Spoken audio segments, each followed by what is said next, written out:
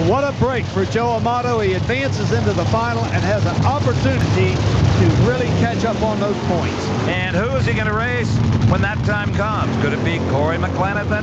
Or, no, it will not be Pat Austin. Austin, you saw his brother there, total disgust. When he stepped down on the throttle, something blew up big time. Big time is right. $40,000, $50,000 engine, bit the dust. The fuel delivery systems on these cars are so intense, it is really difficult to get that transition when you step down on the burnout to be perfect, and this is the result. An entire engine is blown up on the starting line. Here we'll be able to see it a little better on the slow motion replay. We'll see the yellow flame sticking up out of the headers. That's unburned fuel. That means the combustion chamber is not burning the fuel. Too much accumulated in there, causing a hydraulic condition, and the engine explodes. Watch Mike Austin. The frustration of 4 wasted days here in northern New Jersey. Pat Austin is out. Corey McClanahan will have a single run. And this whole kind of semifinal, final 4 round-down has taken some weird twists. Well, it sure has. Amato's been preparing himself all day for the run against Pat Austin in the final. Now it's going to be Corey McClanahan. McClanahan giving it everything he's got. Pat Austin looks on, not a very interested spectator. Corey Mack of $4.99, which obviously gives him lane choice over Joe Amato. Don Garlits is down on the starting line with a very frustrated young driver. Do you have any idea what might have happened, Pat? Did it feel funny?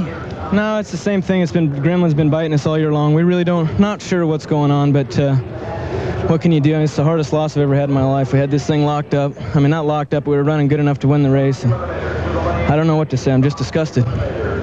I'd be disgusted too. 2 487s in a row and then have it blow up. Steve is at the far end with Corey McClanahan. You're going to have lane choice in the final. Yeah, but you know Joe, he can step up at any time, whoop me. And I'll tell you, Corey knows how Pat Austin feels. He's had a lot of expensive breakage this weekend. Well, not a lot of people would have picked this exact final, but there it is in Top Fuel. Joe Amato versus Corey McClanahan. McClanahan has the lane choice. Every fan in the place wants that man's autograph. John Force, and even though he's still in competition, he's obliging. Part Summernationals here on NBC Sports World. I'm Steve Evans along with Big Daddy Don Garlits, and it is time to literally make the earth move with the final 4 of Nitro Funny Cars. And the first pair features that moving fog bank, Chuck Etchells.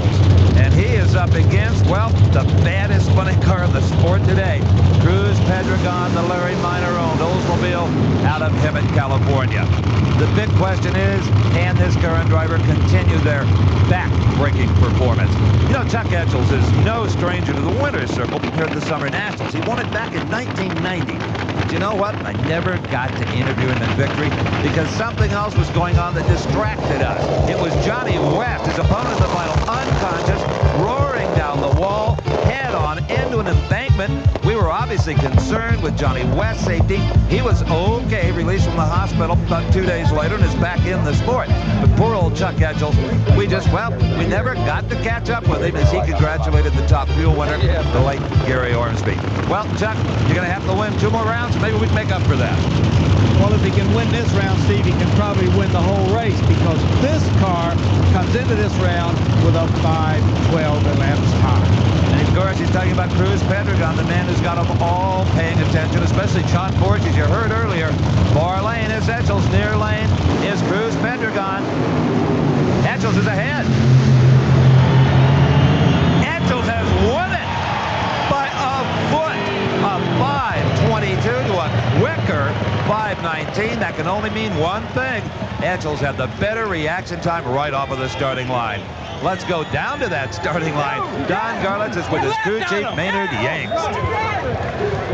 You better pin a medal on that driver. I'm going to pin a big medal on him. He got us by this one. That's probably the fastest car in the country right now in the funny car ranks. And for our driver to pull us through on this, I'm hunting for something. I still can't find any more ET, but our driver pulled us through. Thanks. Yeah, they are operating as a team, that's for sure. Don Garlits, as we look at the replay, I don't think either one were really that quick off the mark. No, they weren't. You know, Etchels took a good lead. He was ready for the 512, but he didn't really squeeze a tree. I think what really happened, Pedregon saw his teammate red light earlier and was just playing it a little safe because he had such a terrific elapsed time, but didn't expect Etchels to run quite as good as he did. And so you see that little bit of difference between the reaction time and the ET makes the difference. Maynard Yanks is a fine crew chief on this automobile, but Chuck Etchels, take personal pride in that one. A whole shot won it. Well, it's about time. I mean, I let the guys down a couple of times this year, both times against the hamburger stand. So that's good. You know, it's good for once I can do my job. A 522. Nice performance. Boy, we were hoping to run quicker than that, but we'll take it. Yeah, don't get greedy. Let's see who'll race in the final round. Well, you can tell that Chuck Etchels is looking for a little bit more performance, which he probably need against John Force. Are you so sure it's going to be John Force in the final? He's got a race Del Worship here. If you hear what Force said in that earlier interview, he's going to get after it. That's right, no matter what it costs. Now, Del Worsham hasn't had that strong a performance. He's been right there kind of middle of the road elapsed time-wise. They blew up an engine early in qualifying and never really recovered from that. If he's going to step up, it has to be now. Worsham with a tremendous head start. Worsham takes out John Force. A 530 to a 524. John Force has literally shot himself in the foot, the right foot.